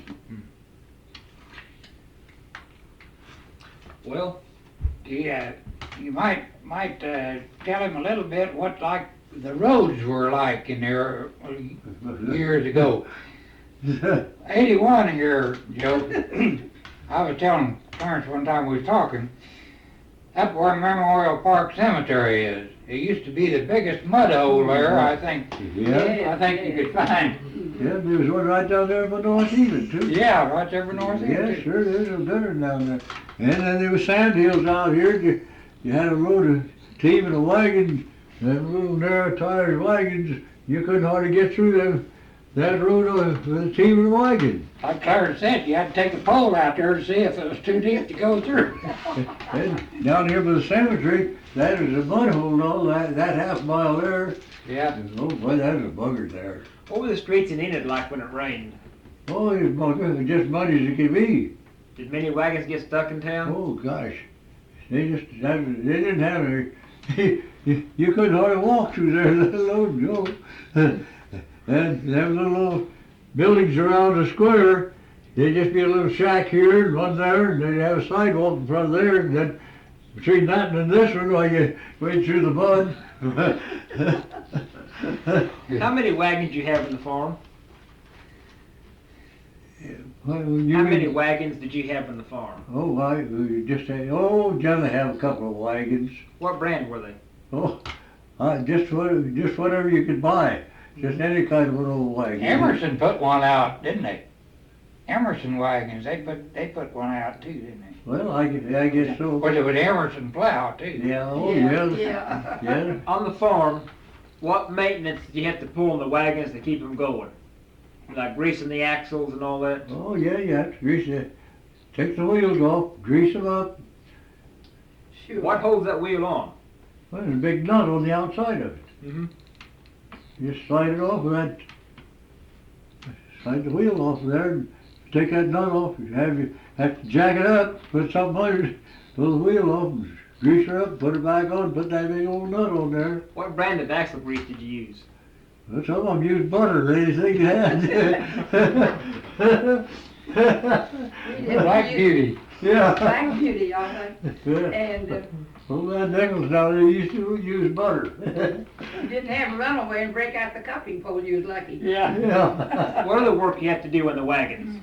Oh, Fix the bottom yeah, bed. keep the tires on sometimes, the old iron tires, and Yes, sir. How'd you keep those on? you put them on, wire them on, sometimes we take them off and heat them. You had to put them out in the pond and let them soak? Yeah. Yeah, you know Yeah. that? Yeah. We've done that too. I seen there was a colored, well, it died down there in Enid in the early days, and they come in there with an old wagon, and you're gonna take him out, I don't know, out here with Drummond or somewhere. Yeah. We'll bury him out there, and just before they started out, there's 2 or 3 of them that water and put them all over the wheels, soak up the tire. The wooden spokes, yeah. The tires would run off. Frank Avery, he was blacksmith downtown for years. Yeah, Yeah. Early day blacksmith. Frank Avery and Ed Thomas. and then there was a couple of guys on, But I got to know them, both of them very well over the years. yeah, Yeah, Frank Avery done all the work out in this part of the country Yeah. for Yeah, years. Frank did. In the early days, were there good roads like between here and Pond Creek or Billings and Garber around? there was no roads. How'd you know where you're going? Well, they just marked out, there's fences along, there's just a trail along there, you follow that trail wherever you go. Mm-hmm. Some places they just went away and then they cut across country. You have anything else, Harry? Yeah, you probably talk on. When I get my camera working, I have to come back. First time I ever seen this farm, we lived downtown there, and Dad said we were going out to farm and get some wood. So we took 2 wagons down there. Dad had a team and another guy had a team. They took 2 wagons. Went to North Enid, followed the railroad up to over east here. Then Dad said, now when it gets that grove of trees over here, that farm's right over on that, right over across here. So we come over here, went down the creek and got a couple loads of wood, and chased around there a while and took care of the horses, and finally decided to better go to town. So someone says, well, why not just go right straight back south, and they got to figuring they'd get lost. There wasn't a sign of nothing seen here in town, only just one hill after another, and they afraid they'd get lost, and we went clear back over here to the railroad track and down north here. We went straight through, just been about half as far. But we was afraid we'd get lost. I guess in those days you could get lost. You could, you betcha. There was one thing I would like to bring out. I think probably as far as fruit, berries, watermelons, blackberries, grapes, all this, I think this farm and that Loveland farm had two of the finest complete nurseries and fruit farms of any place in the whole This state project, as far as I know. yeah. You still have fruit trees here? Especially, at least in the northwest. Our trees are all gone. I got a half a pear tree down there now. What kind of work you still do in the farm here? I don't do nothing, just take care of the yard around here. Mm-hmm. You still mow your own grass. Yep. Yeah. He takes care of all that. Yeah. That's quite a little bit of that to Yeah, do. I take care of this. We do all our tree, do our trimming and trees, and Mom and me does all that around here. Yeah. And, That's good. oh, I go over and help the boy once in a while a little bit if he has something to do. I can't do very much, but then I kind of help boss him a little. You don't boss Cleo. Well, I think we have a good interview. Do you have anything else? No, Okay. I could say there's a lot to be said, but we'll think of some of that I later. hope you can put it in some kind of shape. Oh, yeah. Mr. and Mrs. Emerson, they belong to the same club that my father and mother did at one time. Yes, yeah. Well, that was where our social life began in this area. So I can remember both of them ever since I can remember. What club is that? Well, it was Pastime The Club. pastime club. What's Pastime Club? It was a woman's, what do you Just call a it? group of farm women that Yeah. got together and formed a Formed club. a club. Mhm. What'd you do there? What? Oh, we met once every 2 weeks on a certain day. I don't know, we just had devotion, we had roll call, and we had lessons that we give. We'd go down here to the county agents every month and get a lesson. And we had lessons, and if we had anything that we had did between times, like sewing or new recipe, or we had this or that to exchange, we exchanged all kinds of recipes, we exchanged all kinds of flower seeds and strips of this, that, and the other thing, and Everybody help everybody else. Yeah. That's When did right. this club organized? Pastime was organized in 1925. Then we all used to always have a social of Yeah. some type, Yeah, about every Christmas. month at least, Yeah, get yeah. together the at bunch. one of the homes. Picnic or a Christmas program or Thanksgiving supper or Right. somewhere. And then always the school was kind of the center, and we'd Yeah, have the a- schoolhouse. we'd have a box supper or pie supper at the school. Yeah. I was going to ask, how did you celebrate your early Christmases when you were a small boy? Oh, yeah, I used to have a Christmas tree over at the schoolhouse, and some of the boys go over here in the canyon and steal a big evergreen tree, cut it down, bring it over there, and we just have a good social time. Well, Clarence, didn't your mother have Christmas trees at home for you youngsters? Oh, they did, yes, Well, that's sometimes, what I yeah, mean. we always did, but then the neighborhood would have the big ones Yeah. over at the schoolhouse, Yeah, in church. yeah. Clarence's folks was great church people. Dad Emerson and Mother was charter members of the Presbyterian Church in Enid. And they was great church people, and they went to church. They don't do like we do. They went to church. Who was the first preacher at Enid?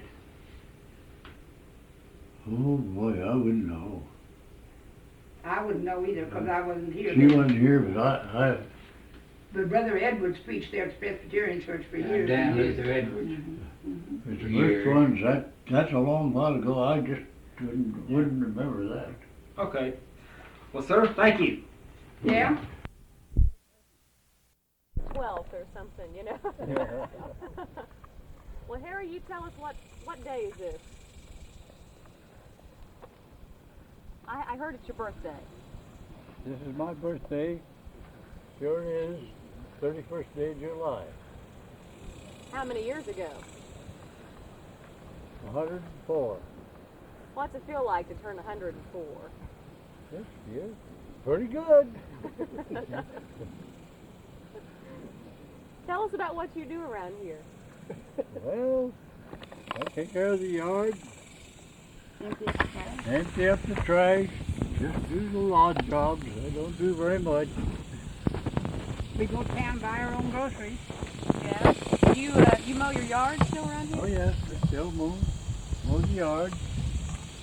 Then we get caught up and can't get it all done. Here comes Theo with his weed eater, and he finishes up for it. Now, a lot of people would tell you that when you get to be 104, it's time to take it easy. But you don't seem to do that very much. Well, I like to get out and take a walk every day, take some exercise, find something to do. I get tired of sitting around the house. We find something to do every day. Sitting around the house isn't any fun, huh? It's no fun for me. I'm not used to it. Now you married a younger lady, didn't you? Oh yeah, that's the way that she grew up. How old is she now? I'll be 88 in October. 88. How long have you all been married? Well, we were married in 1921, so that's 66 years this August. You said you've been spending a lot of time out here on this porch swing. Have you all ever, did you take her courting out here? No, we built this after we was married. You didn't do any of that after you were married? No. We had to work too hard, didn't Yeah, that's right. we? We had 4 boys to raise. What was it, if you lived 104 years, what kind of changes have you seen in 104 years? Oh, I've seen a lot of them. I wouldn't know how much. There's a lot of them. What's been the biggest surprise to you? Well, I wouldn't know unless it be television and airplanes. What did you think the first time you saw TV? Couldn't believe it. You just couldn't believe it. You know, that you could possibly take a picture of somebody and you could see it maybe thousands of miles away. To me, it was the biggest. Biggest change? Yes, yes. That now air travel. Do you all ever get to travel very much? Oh, not for some time, but we used to quite a bit. Mm-hmm. Now tell me about World War I. What happened? You tried to enlist, didn't you? I tried to enlist and they wouldn't have me. How come? Yeah, I was too old. You took all the tests, didn't you? Yeah. Yes. Well, Well, why wouldn't they? You said you were too old, but you were all right in every other respect, weren't you? I was. Passed everything. Ready to go. But they wouldn't let me go. Didn't want me. What year was that? About 19, 18, 17 or 19. somewhere along in there. When did, tell me about the land run. You remember that? Well, I was just 10 years old, and we lived up in southern Kansas, and that's all we heard for weeks ahead of that they was going to have a big land run, everybody going down the line and run, start to be there at 12 o'clock at noon, get a farm. Some of them got them and some of them didn't. Were you around there when people did it a little sooner than 12 o'clock? Oh, I was in that little town, Burton, up there by Wichita.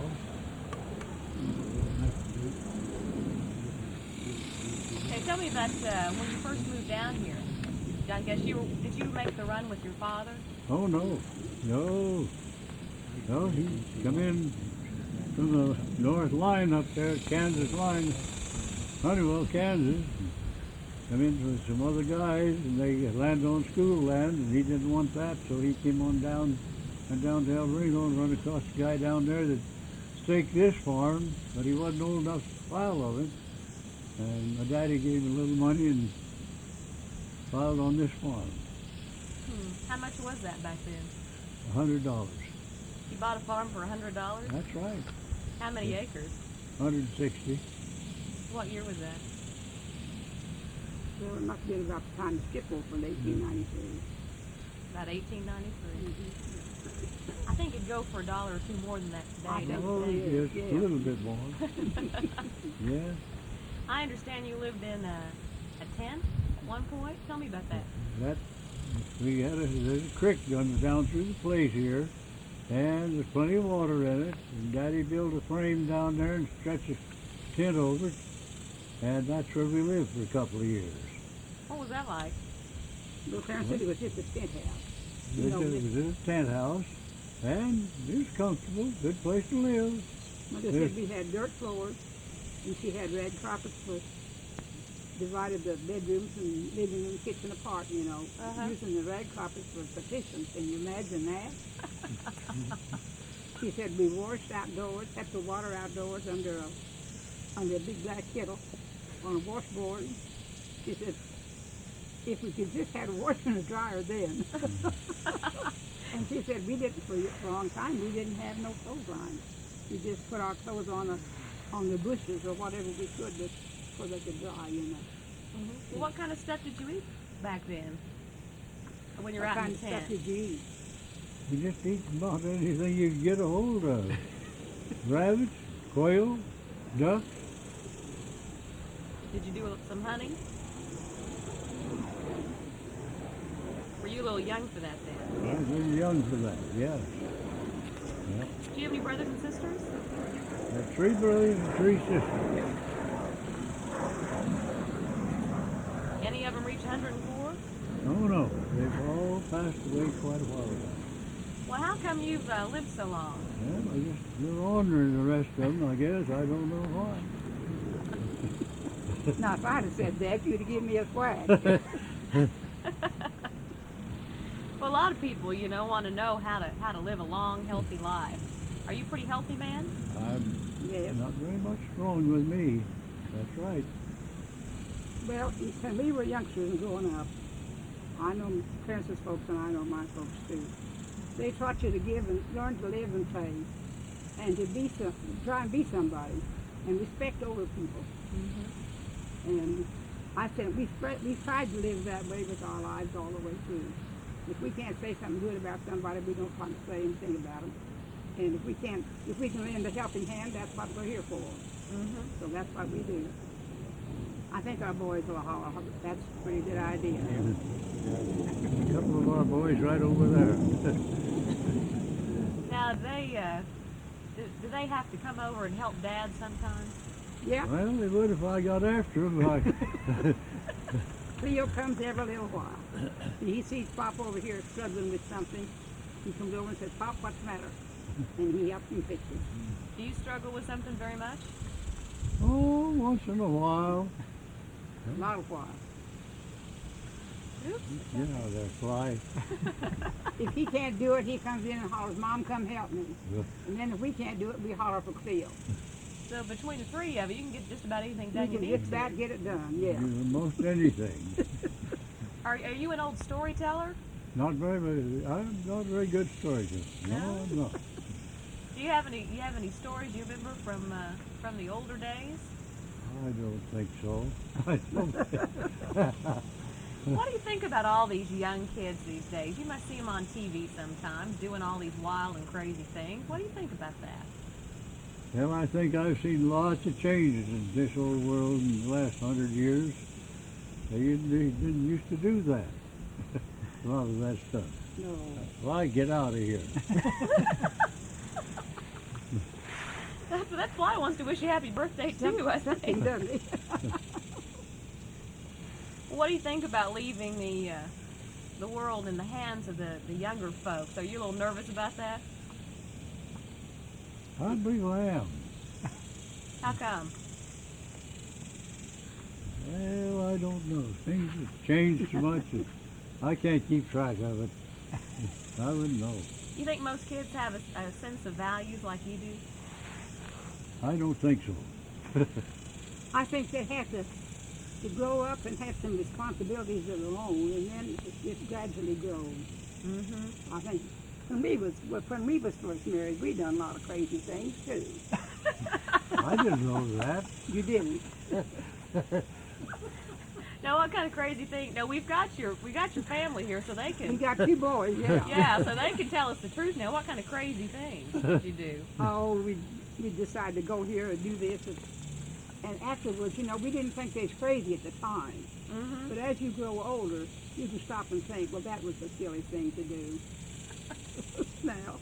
Now, why have you guys seem to really enjoy being around each other a lot? I guess after 66 years, you probably. Can't do anything else. We just gotta make the best of it. I can't get rid of her and she can't get rid of me, so we just got to stay together. Bob. Now, what kind of, you guys seem to have fun together. You guys tease each other a We lot. do. We do. We do. You think that's been a key to a successful marriage? I think it's helped. It Yeah. sure has helped. Because I know when I get down, he'll say, oh, Mom, just forget about her or something like that. And when he gets kind of blue, I'll say, well, Pop, it's just one of them things. Just forget about it, and it'll work out.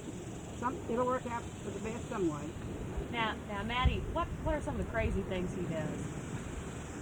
You can tell. Now, he's got to be a character. I know that. I just tell that from looking at He him. He's got watches those. crazy television programs. What kind of program? What do you like to watch? Oh, he likes all kinds of sports. It don't make any difference what it is. And I get so tired of it. I just go hunt me up something else to do, handwork, and go in the other room. And let him have at it.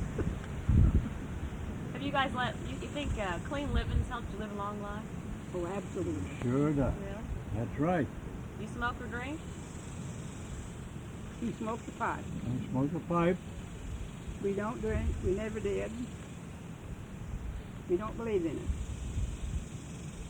You think that's why you're sitting here today? I hope so. No, I think it's just circumstances, you know. Yeah. Anything else that you guys went through that? About the wagons and tents in Enid the first couple of weeks after the run. Oh, tell me about that. He was talking about the wagons and the tents thing up here in Enid. What was this place like back then, right after the run?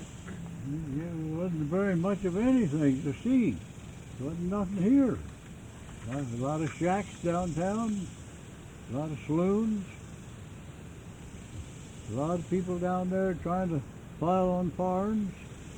They had them lined up all around there, no place for them to stay.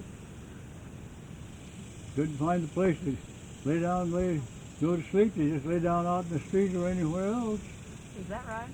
And that square was a solid mass of tents, Covered wagons, covered wagons, saddle horses. horses, wagons. You remember seeing the first car?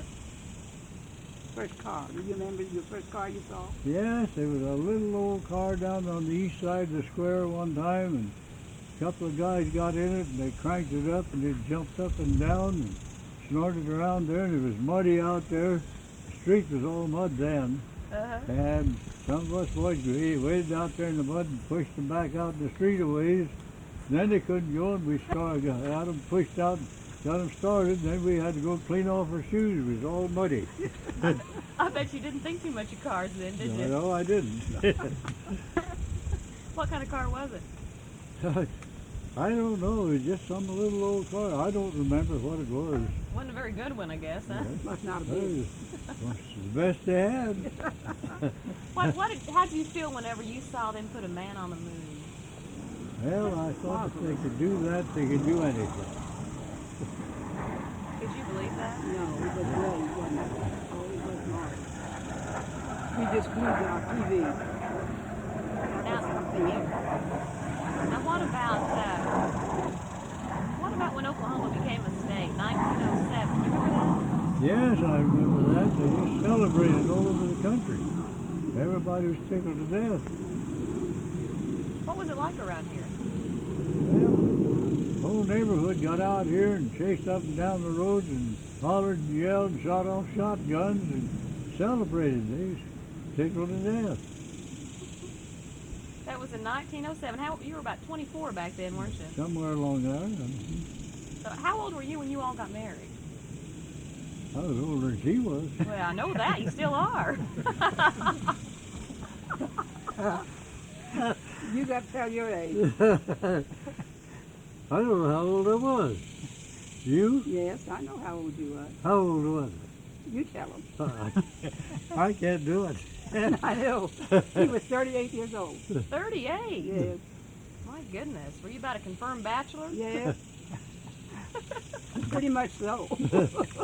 Now, you had to retrain him, I'll bet, didn't you? Oh yeah, had to change him over a lot. I was waiting for her to grow up while I got married. How Mother long- Emerson said it was the best thing ever happened for Clarence.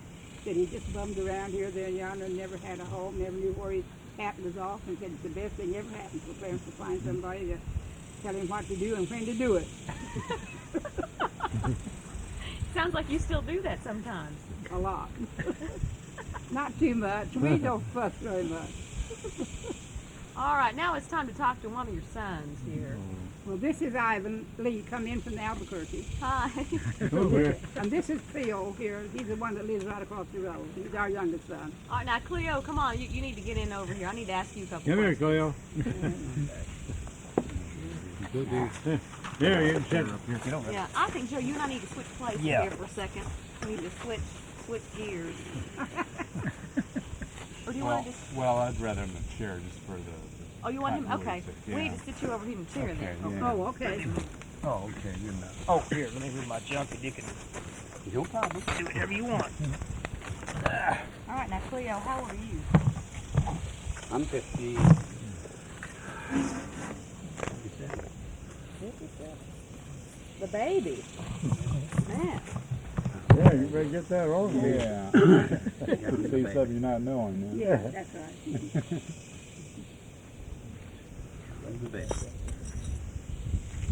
You had 4 boys. Well, I bet there's a lot of hollering and screaming going on around here sometimes. There was.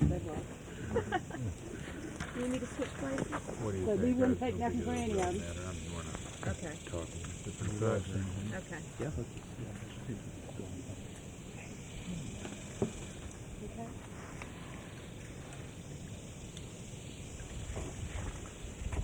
How long have you lived next door?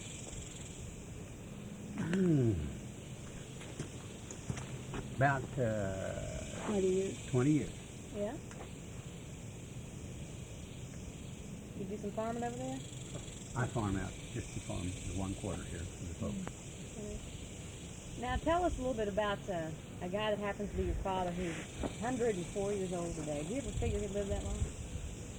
Oh, yes, in a way, because, you know, he's pretty active, and he hasn't quit. I think that, of course, you know, I think that's a lot of it, you know. Of course, he's always said that, you know, too many people, when they get to be 65, they think they're over the hill, and they just quit, and that's why so many people, you know, go on downhill. Now, maybe that's the wrong way to think, but that's what he's always said. I guess it's worked for him. Apparently so. Well, now, wouldn't you imagine that most folks that age would need a lot of help around Well, this? generally, yeah, but you know, he's always been active, you know, and I think that, and you know, he's been healthy and active, so maybe that's the secret. I don't know. You know. What kind of a guy is your dad like? Well, in the last few years, he's changed a lot and slowed down a lot, but you know, he's always been active and and you know, always a good guy. Now he looks, I don't know why I say this, but he just looks ornery to me. I mean, he just looks like Is he ornery? Oh, maybe a little, but no, not bad. When does he get ornery? Well, he don't usually. Not anymore. He's outgrew that. He dropped that when he was about 95, I guess, didn't he? Yes, you have any good stories to tell about your dad in the younger days? Oh, no, not really. He's always been pretty stable, huh? Yeah. What about your mom and dad's marriage? What's that like? Oh, real. You know, they're active, and I think, you know, that's what helped a whole lot for them, I think, and everybody else. So do you ever come over here and what happens? I bet once in a while you'll see your dad after the ball. Oh, yeah, once in a while he has to have a I expect if I lived at his age, I would do. But not very much, huh? Well, maybe. All right. I think I'd like to say hello to Harry over here. I think I'd like to ask him a question or two. You get to take the hot seat now, Harry. Let you in on it, Harry. I'm gonna pull it out a little bit. Okay. There you go. Just put that on right about here.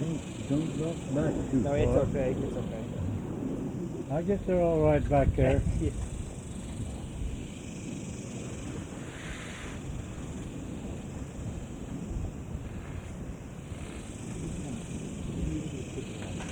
You need to go to the right? You know?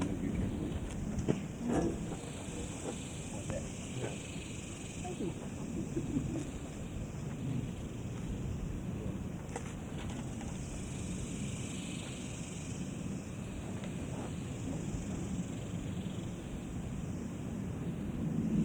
So what looks like the rest of the license plate down here.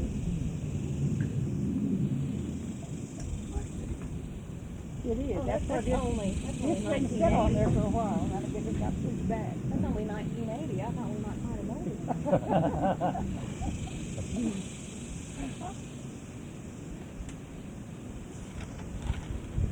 Right now, there's just got a white garage. Okay. You want to move it over here a little bit more?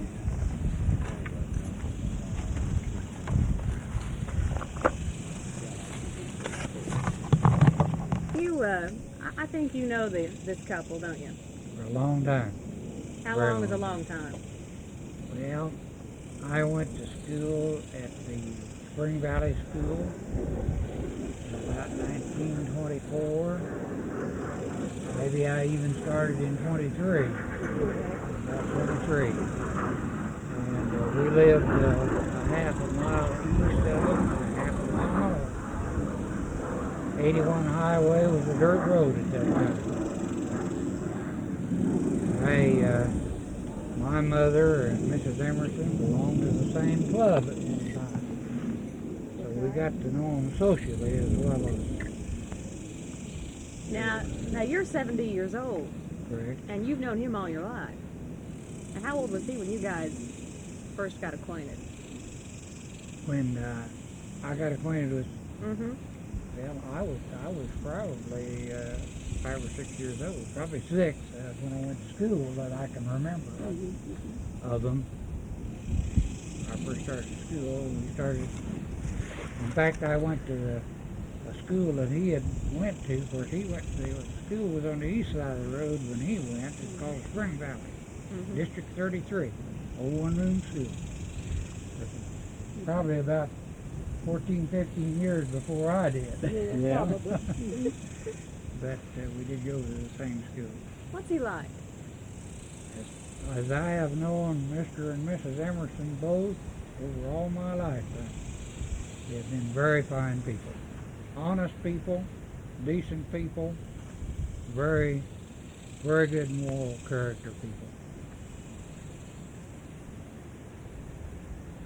And I can say this and say it truthfully. Thank you. You said what kind of a person,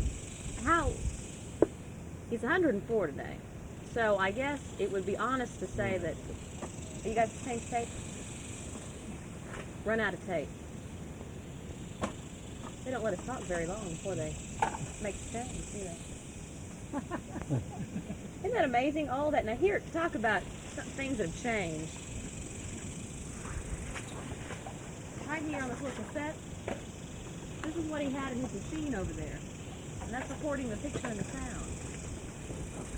Yeah, And all that stuff that's on that tape. That yeah. blows my mind. I still think that's still magic to me. It is. I don't understand it. I don't think I ever will. I can appreciate it, but I don't understand it.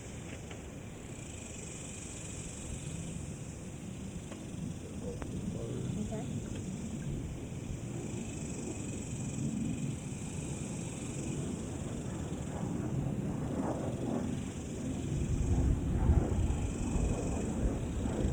It's a beautiful tree out here. Gives you a lot of good shade, doesn't it? Oh, yeah. It is beautiful though, isn't it? Now what, don't you think it's kind of unusual to find someone that's 104 years old and that is that active? Yes, I definitely. So many people that will see Clarence won't believe that he is that old. I might say one thing in here, and kind of a little bit of an explanation. They had a fruit farm here over the years. We lived a half a mile east and a half a mile north. We lived on a fruit farm. And it was a J.A. Lowton fruit farm. We rented it. But then this was his father at that time. His father was on the early state board of agriculture. His name was Harlan. So we had a lot in common in that way. That we had both raised fruit, sold fruit. My father did, and the first time that I ever had any experience with any type of business was a little fruit stand along 81 Highway. Selling watermelons, pears, berries of all types, blackberries, grapes, cantaloupes, everything. Any type of fruit. Now old Highway 81 was a dirt road back then. It was a dirt road. And we talked about it a number of times down about where the Memorial Park Cemetery is today. There was quite a mud hole in 81. It's kind of like Clarence says over a period of time. This was back in horse and buggy days. And you just about had to take a pole out there and see how deep it was, whether you could get through or not. Now tell me what Clarence does around here that people wouldn't believe. I mean, Well, I don't believe that people would think that a person of that age would drive his own automobile to begin with, and or take his riding mower and mow his own lawn, or take care of his garden, take care of flowers, take care of, he had a strawberry bed, he had a lot of things like this that normally a person of that age, you would never dream of him doing the things that he does. He does the things that a normal person, maybe 65, 70 years old, does. And he's getting close to twice that age. So, just about twice that. All right, we need to get some editing shots here. I bet you need me to sit back over here for a while. Okay. Where, everyone?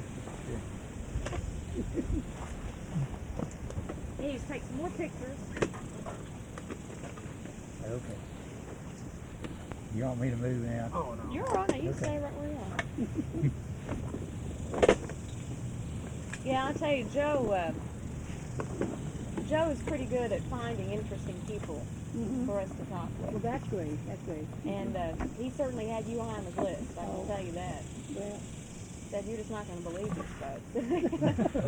They just run around, they No, garden. I think it's unusual, all the Air Force jets flying over. Yeah. He's talking about the land Funny. ground. The horse and buggy days, right? Now, if you will see this, we're kind of in their pattern from here up here at the Salt Plains, up at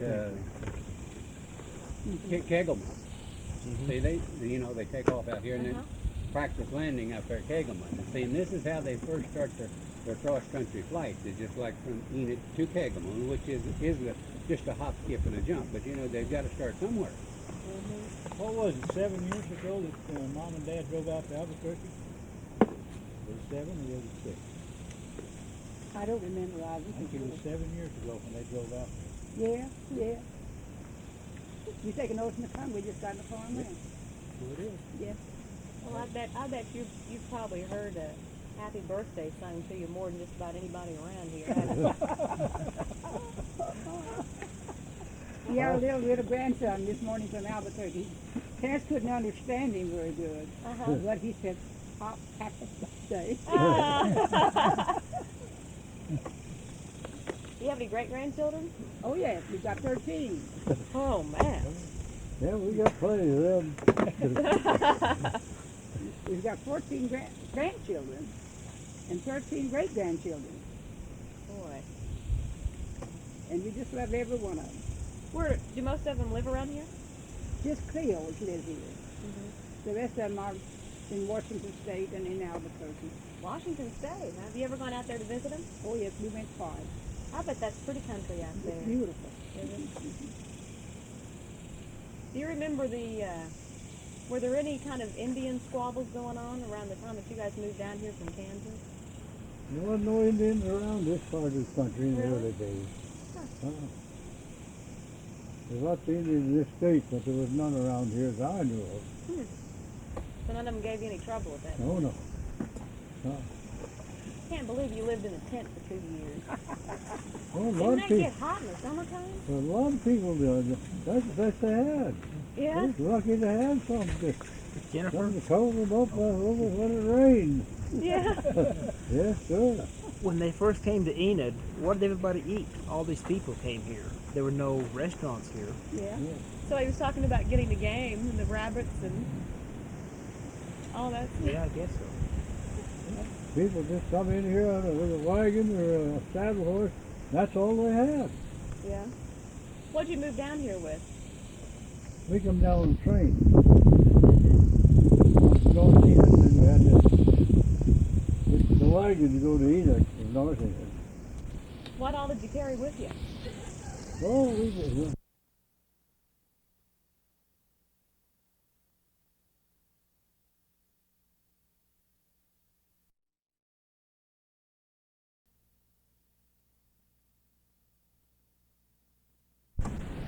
Yeah, you had 2 sisters and a brother, and before you was born, one. Yeah, And then you was born, and then Fred and Harry. yeah. Oh, one but me. How old did the others live to be? Well, none of them lived to be too awful old. First, your mother lived to be quite old. She always lived longer than any of the rest of them. Oh, really? Mother was 93 years old when she passed away. Parents was another way. How about that? But the rest of them, the youngsters, the children, passed away in their 70s or 75. Our uncle lived if he'd have lived about 3 more months, he'd have lived 100 years. But Is that right? he lasted about 3 months to make it. And that's the oldest one in my family I can remember of going through about. What did that feel like to turn 100? Huh? What did it feel like when you turned 100? We had quite a celebration, I'll tell you that. Did you? Yes, we did, Ivan. Yes, we did. Yeah, that's quite a deal on that deal. I bought him the cake from Albuquerque. 104 is just old hat then now, That's right? that's down the river now. Yeah. Yeah, we had quite a celebration when Clarence was 100 years old.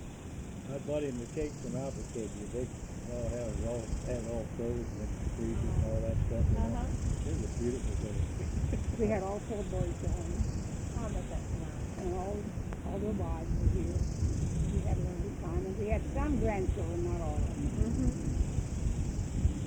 I can remember when I was 9, 10 years old, and we had a big old cellar up there at the old house. And we always planted fish on it, big one. Of course, Mom canned everything we could get a hold of. Yeah. Food and fruit and vegetables. Heck, all you had to cook down 4 or 5 was a little salt and pepper and sugar and coffee. And that's Is all that you right? got. That was all. That's right. It was Pretty all. darn self-sufficient. That's Made right. your own bread and all that Yeah. stuff, probably. Oh, yeah. After harvest, Dad would take some wheat up there. It used to be the old hacker mill. Uh-huh. And have it milled, and he traded shorts and bran for the flour. Yeah. And we had a little room upstairs there where we had a mouse feed and everything. Yeah. And every once in a while, get a little extra money. Mom, Dad buy 100 pounds of sugar. And we canned everything. Well, sugar's high price, 5 cents a pound them days. $5 Yeah. a pound. Yeah, but that's the days you You had could to go save down. up for that, didn't you? Yeah. That's the days you Sure could down did. a $5 bill and you couldn't That's carry all the $5 groceries out of the honey. store either. You live pretty much off of what you raise. You raised your living. Your betcha. meat. Yeah, You didn't- we We did. used to make a lot of homemade ice cream.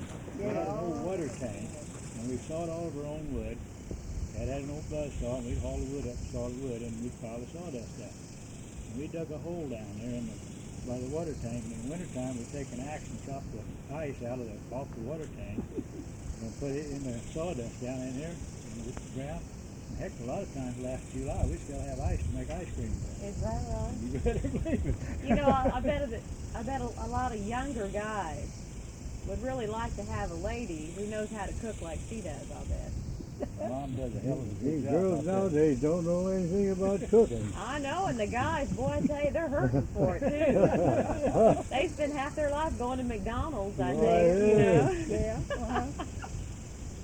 Well, our boys all help us. So I can make them home. They all help. Don't make any difference what there is to do. They all help. Yeah, we still wash dishes and everything else. Yeah, don't make a bit of difference. Yeah. But they all have to. No, we've had a real good close family Yes, until the boys started going to service, and then it kind of spread out. Until then, we had a heck of a good close family. Yeah. then they come home and got married and went here, there, and yonder, and that's the way it is. That's what happens a lot of times in service, Yes, isn't it? yeah. They wind up getting scattered all over the place. Yeah. Well, we had 3 boys in service at one time. Boy, I bet that didn't make you feel too secure, did it? No, we didn't. You worried about every night till you went to I bed. bet. What war was that? Korean War? World War Second II. World War. Second Okay. World Korean, two and the Korean War. Yes. Yes, you just had to hope and pray that the next day you'd get a letter and they'd be all right. Yeah. No kidding. So what branch of service did they go into? Ivan was in the Navy and then in the Air Force, and Dwayne was the eldest boy was in the Army, and Theo was in the Army. And you tried to go in the Army. Every month we had a show on there. Our oldest son spent 23 years in the service. Is that right? I bet it's right, I guess. Yeah, made a career out of it. Where'd he wind up settling down? In the state of Washington. Oh, he's the one in Washington. And then we lost him. He Oh, come really? home for Pop's 100th birthday, and it was on a Sunday. And then the following Monday we lost him with heart attack. Really? I'm sorry. Yeah, we are too, but it's just one of these things that happen. Things that happen. 22 years, never got a scratch in service.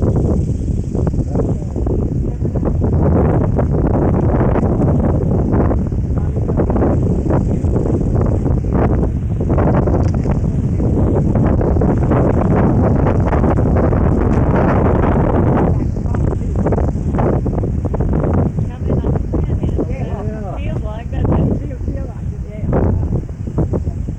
Have you seen some pretty good sized storms going out here in those years? Oh, we've had some pretty good sized rains, yes, lately. Yeah. But we all had everywhere. But we've been lucky, you know, we've had storms all around us, and hailstorms and high winds and floods, and we haven't been damaged too much. I 7 think years if you live ago. right, you're going to end up right. Yeah. Oh, Clarence? Huh? Oh, I'm sorry. Tell her about the fires on the railroad, putting the fires out. Yeah, the early days, why, them old trains go up the railroads here, they all burnt coal, you know. They had little dinky engines, and they kick out them cinders and set the railroad afire, and everybody go fight fires over on the railroad. Is that right? Oh, yeah. That's all the time. When was that? Oh, that is way back in the early days there. I don't know just when. It was 3 or 4 years after the ship. Yeah, about 3 days. I expect 3 years after the ship opened. Well, that'd be close to the turn of the century, wouldn't it? Just about. Yeah. Mm-hmm. You were born in 1883? Can't you find a place to put that thing? If you want some help, I'll help you.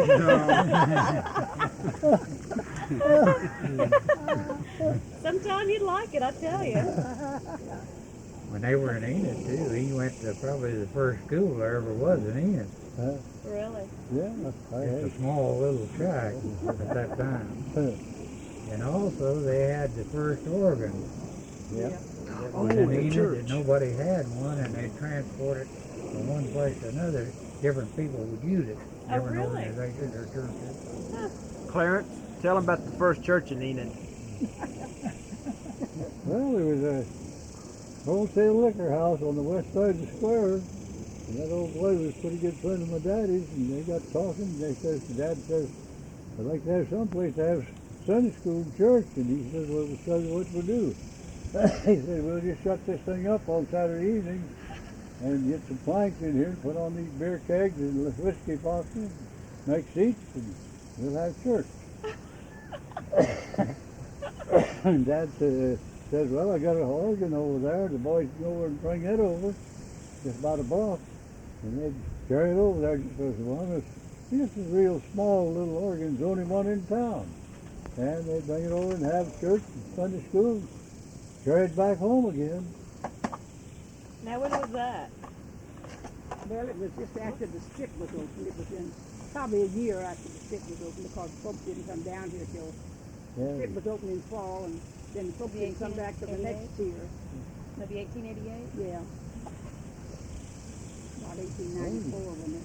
Them days you just Right. done just what you had to do 84. with. You was right, I was wrong.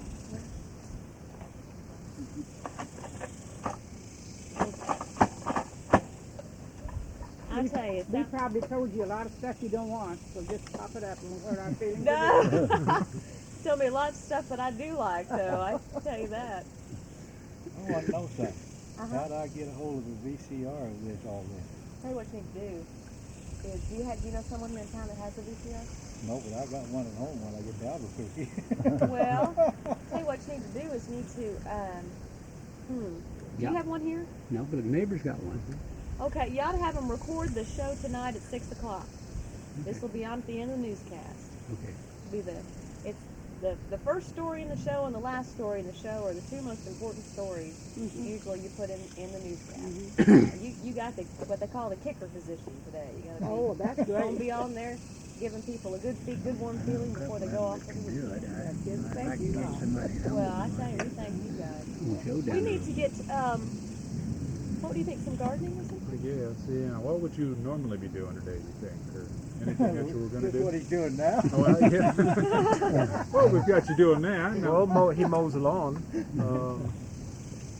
you have any watering to do, maybe? Water your plants a little bit? Oh, we water them in the evening. Yeah. Anything you think of? Well, I tell you what, we need to tell your story. We need to watch you doing. Yeah, they need you to be doing some work. Yeah, enough of this laying down, Jazz. It's time to get up and go to work. But we'll be happy to watch. We want you to do it so we can watch you do it. Okay. That's what we need. If there is, If I was to get a lawnmower out here and he'd be standing by it or something like that, or on it, depending on it. We got What's he gonna do? Take it out. We'll be back. He's going to get the lawnmower. Yeah, and just, Oh, is he? you just sit on it or He's in it. All you have to do is bring it up here. yeah. You'll take care of the rest of it. Yeah, Pop goes to the yard every day, every week, and sometimes between times when it gets looking bad. Is that right? As long as it stays dry, we won't have to wash it tomorrow. Yeah, you don't have to worry about that Couple too months, much, do maybe. you? You sure got a good head of hair for 104. Yeah, I guess I got about as much hair as any of my boys have. Yeah. It's all burning gray. I don't like that. I'd like the color, and you won't let me. What do you want to And color? mine too. I don't like gray hair. Do you have a dark brown hair when you were younger? Yep, I think it's pretty dark. I think it was too. In the picture. Do you have any old pictures here? Yeah, we got a lot of pictures. Could you find some for me? Surely. You want to come out? Yeah. I'd love to take some pictures of your pictures. Oh, okay. Come on in.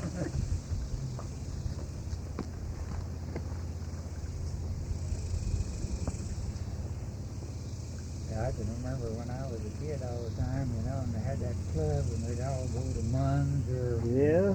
Emmett Robinson's or Burl There's Stewart's another guy lined up. here or on When I talked to Jennifer, he lives in Shawnee, and his great grandfather signed the Constitution. Oh, He's at the well, convention in Philadelphia. a lot of years ago. wasn't it? Yeah, his grandfather, right? Great grandfather. Great grandfather. I thought with the Constitution thing coming up, That must be really good. When is the anniversary for that? I'm sorry. When is the anniversary? It's in September. It is September. Yeah. Okay. Except the guy is completely, totally deaf. His Oh. mind is sharp, but he has Oh, to write yeah. out the questions for it. Morning, and I thought they So he can talk real well. too. Oh yeah, he can talk, but he's just completely Yeah. deaf. He can't hear a thing. Exactly. And he's pushing 100. You'll have to drive this thing. I can't drive your lawnmower. What?